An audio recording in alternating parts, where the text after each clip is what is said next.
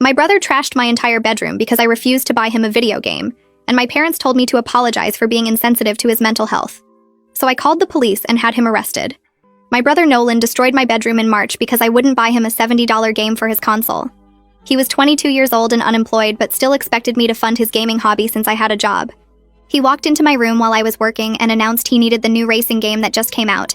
I told him to buy it himself, and he said he didn't have money because job hunting was stressful, and games helped him relax. I said that wasn't my problem, and he should probably focus on finding work instead of playing games all day. He got angry and said I made good money as a nurse, so $70 was nothing to me. He said I was being selfish by not sharing with family when he'd do the same for me if situations were reversed. I reminded him that when I was unemployed 2 years ago, he wouldn't even lend me $20 for groceries. He said that was different because I found a job eventually while he was still struggling. He wasn't struggling. He just wasn't trying because our parents paid his bills and he lived rent-free at home. I went back to work on my laptop and told Nolan to leave my room. He stood there for 5 minutes saying I'd regret being stingy and that he deserved the game for all the stress he was under. I put on headphones and ignored him until he finally left. An hour later, I heard crashing sounds from upstairs but assumed Nolan was just having another tantrum in his room. When I went up to my bedroom that evening, I found complete destruction. Nolan had torn apart everything he could reach. My mattress was flipped and cut open with scissors, stuffing everywhere. My laptop screen was shattered and the keyboard was ripped off. My work clothes were cut into pieces and thrown around. My nursing textbooks were ripped apart with pages scattered. My jewelry box was smashed and earnings scattered. My makeup was opened and smeared on the walls. My television was face down on the floor, screen cracked. He'd even broken my grandmother's antique mirror that hung above my dresser. Nolan was sitting on his bed playing an old game when I confronted him.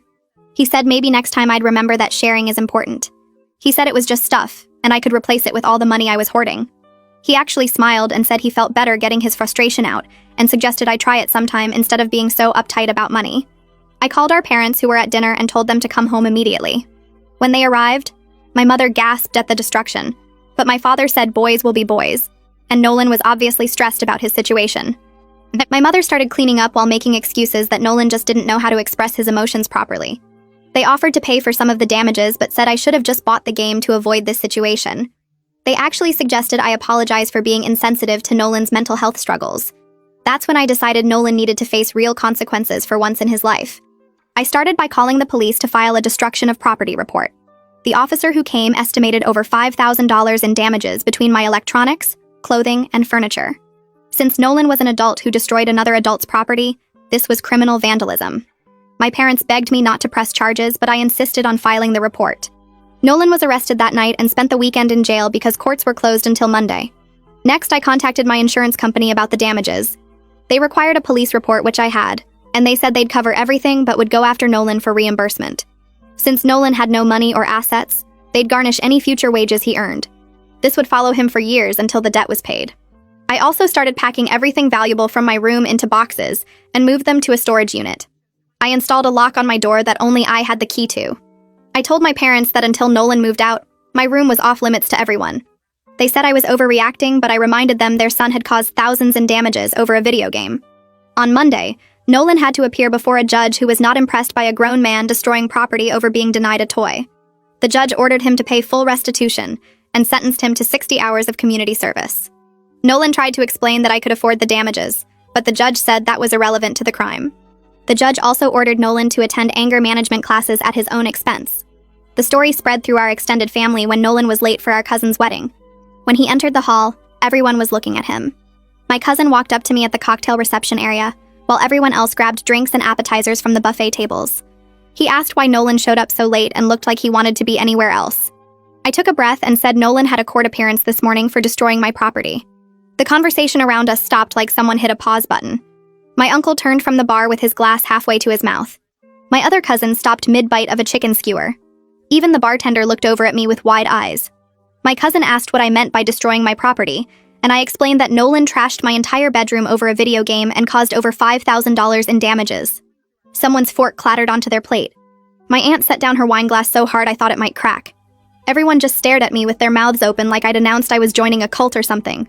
My aunt grabbed my elbow and pulled me toward the hallway near the bathrooms. She kept her voice low, but I could hear the anger in every word. She said I had no right to air family business at a wedding reception. She said I embarrassed Nolan on Maverick's special day and made everyone uncomfortable. I tried to explain that people asked me a direct question and I answered honestly, but she cut me off. She said there's a time and place for honesty, and this wasn't it. She said I should have kept this private and handled everything within the family, instead of getting police and courts involved like we were strangers. She said families work things out together without bringing in outsiders who don't understand the situation. I asked her how exactly the family planned to work out $5,000 in damages, and she just shook her head. She said I was being dramatic and vengeful instead of forgiving like family should be. She walked back to the reception before I could respond. Charlotte found me a few minutes later standing alone near the coat check. She looked around to make sure no one was listening and then thanked me for what I did. I must have looked confused because she explained that Nolan always creeped her out with his entitled attitude. She said at a family barbecue last summer, Nolan demanded she buy him dinner because she had money from her job. He actually got angry when she refused and spent the rest of the evening making comments about how selfish she was. She said she'd been dating Maverick for 3 years, and Nolan made every family gathering uncomfortable with his demands and tantrums. She said someone needed to finally hold him accountable, and she was glad I did it even though the rest of the family was mad. She squeezed my hand and went back to find Maverick. At least one person understood why I couldn't just let it go. The car ride home felt like being trapped in a freezer. My parents didn't say a single word for the entire 20-minute drive. Dad's hands gripped the steering wheel so tight his knuckles turned white. Mom stared out the passenger window with her arms crossed. I sat in the back seat watching streetlights pass by and knowing what was coming. We pulled into the driveway and I barely got through the front door before they both started in on me. Dad said everyone at that wedding thinks I'm cruel and heartless. Mom said I humiliated the entire family by announcing Nolan's legal troubles in front of everyone. They took turns talking at me for 2 solid hours. Dad said I could have just told people Nolan was running late or had an appointment. He said there was no reason to give details about court appearances and property destruction. Mom cried about how I ruined family relationships forever by being so harsh with my own brother. She said cousins and aunts and uncles would never look at me the same way again. She said I chose punishment over family unity, and now everyone would remember this wedding as the day I destroyed our family's reputation. I tried to explain that I didn't bring it up, that people asked me directly what happened, but they didn't want to hear it. Dad said I should have lied or changed the subject or done anything besides telling the truth. The argument went in circles until almost midnight when I finally went to my locked bedroom and left them still talking in the living room. Nolan started his anger management classes the following week. He complained about them constantly every single day.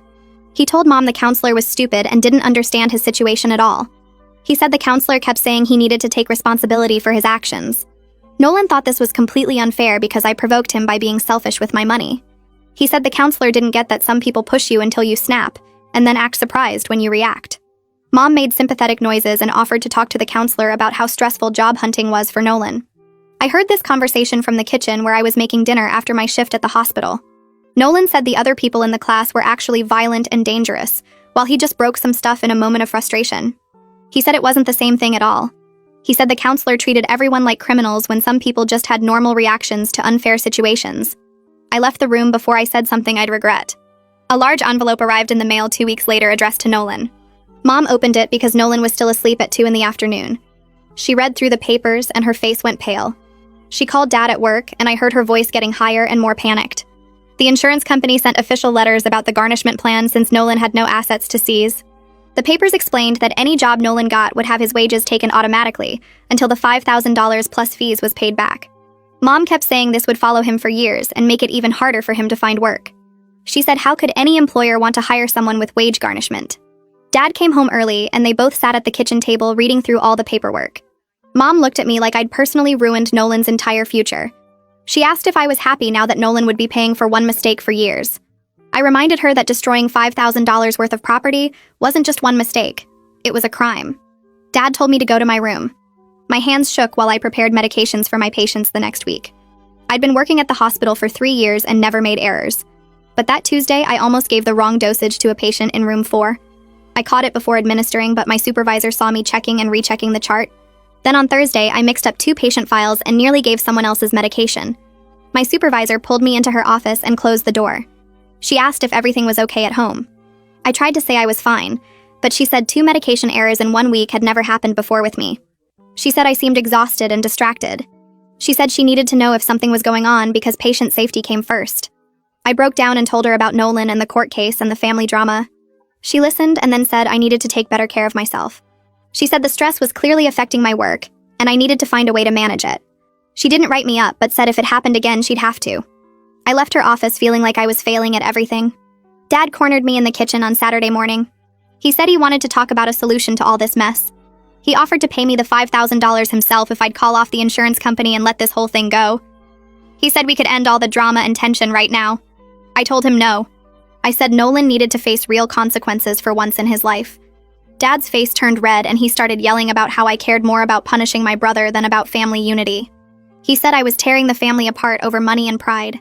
He said a good sister would accept his offer and move on. I said a good father would have held Nolan accountable years ago instead of making excuses every time he threw a tantrum. I said paying off Nolan's debts wouldn't teach him anything except that he could do whatever he wanted, and Dad would fix it. Dad said I was being stubborn and cruel. I left the house and drove around for 2 hours because I couldn't stand being there anymore. The phone rang on a Tuesday evening 3 weeks after Nolan started community service. Mom answered, and I heard her voice get tight and worried. She called Nolan downstairs and put the phone on speaker. The community service supervisor said Nolan showed up 2 hours late that day and spent the whole time on his phone instead of working. The supervisor said Nolan's attitude was unacceptable, and he wasn't taking the court order seriously. The supervisor warned that if Nolan didn't change his behavior, he'd report the violation to the court, and Nolan could face jail time. Nolan tried to argue that he got lost finding the location and needed his phone for directions. The supervisor said Nolan had been there 4 times already and knew exactly where it was. He said Nolan had one more chance to show up on time and actually work, or he'd file the violation report. Mom thanked him and hung up. She turned to Nolan and begged him to take this seriously. Nolan said the supervisor was on a power trip and looking for reasons to get him in trouble. He went back upstairs to his room. Mom looked at me like this was somehow my fault too. Thanksgiving dinner was scheduled for 4 o'clock at our house like every year. By 3:30, only 6 people had arrived instead of the usual 20. My uncle called to say his family wouldn't be coming because they didn't want to be around me after what I did to Nolan. My aunt who lectured me at the wedding also canceled. 2 of my cousins sent texts saying they had other plans. The people who did come sat around the table in uncomfortable silence. Nobody talked about anything real. We discussed weather and traffic and someone's new car. My grandmother arrived last and didn't even look at me when she walked in. During dinner, she finally spoke directly to me for the first time. She said I should be ashamed of myself for what I did to my own brother. She said family forgives and moves on. They don't call police and ruin lives over material things. She said my grandfather would be disappointed in the person I'd become. I put down my fork because I couldn't eat anymore. The rest of the meal passed with people passing dishes and making small talk while avoiding eye contact with me. I helped clean up and then left early, spending the rest of Thanksgiving alone in my locked bedroom while my family gathered downstairs without me. I checked Nolan's laptop history one afternoon when he left it open in the living room. The browser showed his job search activity from the past 2 months. 3 applications total. 1 to a grocery store that required previous retail experience. 1 to a warehouse that needed forklift certification. 1 to a coffee shop that asked for weekend availability, which Nolan wrote in his application he couldn't do, because weekends were his gaming time. All 3 sent rejection emails within days. I took screenshots and saved them to my phone. That evening at dinner, Nolan complained to Mom about how impossible the job market was. He said he'd applied everywhere and nobody would hire him. Mom patted his hand and said the economy was terrible for young people. I pulled out my phone and showed them the screenshots. Nolan's face went red. He said those weren't the only jobs he'd looked at, just the ones he actually applied to. I asked how many others he'd considered. He said dozens, but they weren't good fits. I asked what made them not good fits. He listed off reasons like the commute was too far, or the hours were inconvenient, or the pay was too low for someone with his potential. Mom jumped in and said Nolan shouldn't have to settle for just any job.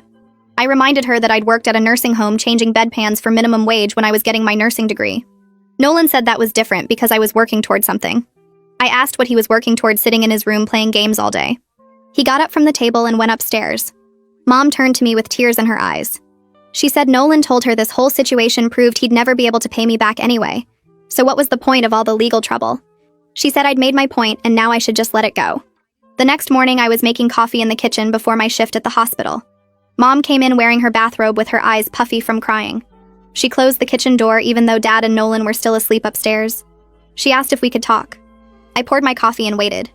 She started by saying she understood I was hurt and angry about what Nolan did. She said she knew he'd crossed a line and needed consequences. But then she said the legal stuff was tearing our family apart. She said Nolan was getting more depressed every day knowing he had this huge debt hanging over him. She asked if I could call the insurance company and tell them to stop going after him. She said she and Dad would pay me back over time instead. I said no. She started crying harder. She said I was choosing money over family. I said I was choosing boundaries over enabling. She said Nolan was struggling with his mental health and this was making it worse. I asked when his mental health had ever stopped him from playing video games for 8 hours a day. She said I was being cruel. I said I was being consistent. She grabbed my arm and begged me to please just drop this whole thing. She said the family couldn't take much more of the tension and fighting. I pulled my arm away and told her I had to get to work. She followed me to the front door, asking me to at least think about it. I drove to the hospital with my hands shaking on the steering wheel. My supervisor at the hospital offered me information about the Employee Assistance Program during my annual review. She said they provided free counseling sessions for staff dealing with personal issues. She mentioned she'd noticed I seemed distracted lately and wanted to make sure I had support. I scheduled an appointment for the following week. The therapist's office was in a building 2 blocks from the hospital. She was younger than I expected, maybe in her 30s, with glasses and a calm voice. I told her the whole story about Nolan destroying my room and my parents wanting me to apologize and drop the charges. She listened without interrupting. When I finished, she asked how I felt about my decision to involve the police. I said I felt guilty, but also like it was the right thing to do. She said both feelings could be true at the same time. Over the next few sessions, she helped me see patterns in my family. She pointed out how my parents had always made excuses for Nolan's behavior. She asked about other times they'd prioritized his feelings over mine. I remembered when I was 16 and saved money from my part-time job to buy a used car.